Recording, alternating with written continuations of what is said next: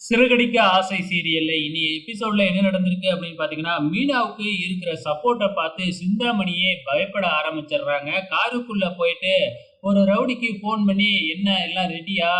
நீ வந்து முத்துவ அப்படியே ஒரு கிழி கிழிச்சு விட்டுர்ற. இத பார்த்து மீனா பயந்து போய் இந்த எலெக்ஷன்லயே நிக்கக்கூடாது" அப்படின்னு சொல்லிடுறாங்க. அதே மாதிரி இங்க நம்ம முத்து, மீனா எல்லாமே பயங்கர சந்தோஷத்துல டான்ஸ் ஆடிக்கிட்டு இருக்கிறாங்க.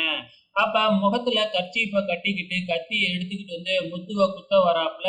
இத மீனா கவனிச்சு போய் வழியிலக்க மாட்டிக்கிறாங்க. அதுக்கப்புறம் என்ன, மீனா வயித்துல ஒரு கிளிய கிழிச்சுட்டு தப்பிச்சு ஓடிடுறாப்புல. இருந்தாலும் அவனோட முகத்த உடனே முத்து கர்ச்சீஃப அவுத்து பாத்துடுறாப்புல. ஆனாலும் அவன் தப்பிச்சு ஓடிடுறாப்புல. அப்படி ரத்த காயத்தோட ரத்தம் வர வர நேரா போய் நம்ம மீனா நாமினேஷன் பண்றாங்க. இத பாக்குறப்பவே வந்து காமெடியா தான் இருந்துச்சு. அதுக்கப்புறம் என்ன, நாமினேஷன் முடிஞ்சதுக்கு அப்புறம் ஹாஸ்பிட்டல் அழைச்சிட்டு போயிட்டு ட்ரீட்மெண்ட்லாம் பண்ணி வீட்டுக்கு அழைச்சிக்கிட்டு வந்துடுறாங்க.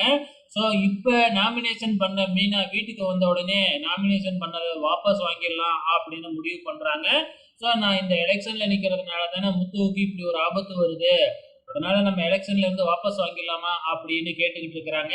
ஆனா முத்து இருந்துகிட்டு, இதுக்கெல்லாம் நம்ம வாபஸ் வாங்கக்கூடாது, இதெல்லாம் அந்த சிந்தாமணியோட வேலை தான் இருக்கும், நம்மளை பயமுறுத்துறதுக்காகவே இப்படி பண்ணியிருப்பா அப்படின்னு முத்து சொல்லிக்கிட்டு இருக்கிறாங்க. நம்ம முத்து செல்வத்துக்கு ஃபோன் பண்ணி விசாரிக்கிறாப்புல. அவன் தப்பிச்சு போயிட்டான், இருந்தாலும் இதெல்லாம் சிந்தாமணியோட வேலையா தான் இருக்கிறோம், கூடிய சீக்கிரம் உண்மை என்னன்னு கண்டுபிடிக்கணும் அப்படின்னு பிளான் போட்டுக்கிட்டு இருக்கிறாங்க. இப்ப மீனாவுக்கு இப்படி ஆயிடுச்சு அப்படின்னு சொல்லி எல்லாருமே மீனாவை துக்கம் விசாரிக்கிறதுக்காக வந்துகிட்டு இருக்காங்க. மீனாவோட அம்மா, தங்கச்சி, தம்பி, அதுக்கப்புறம் ஸ்வேதா, ஸ்ருதி எல்லாருமே வீட்டுக்கு வராங்க.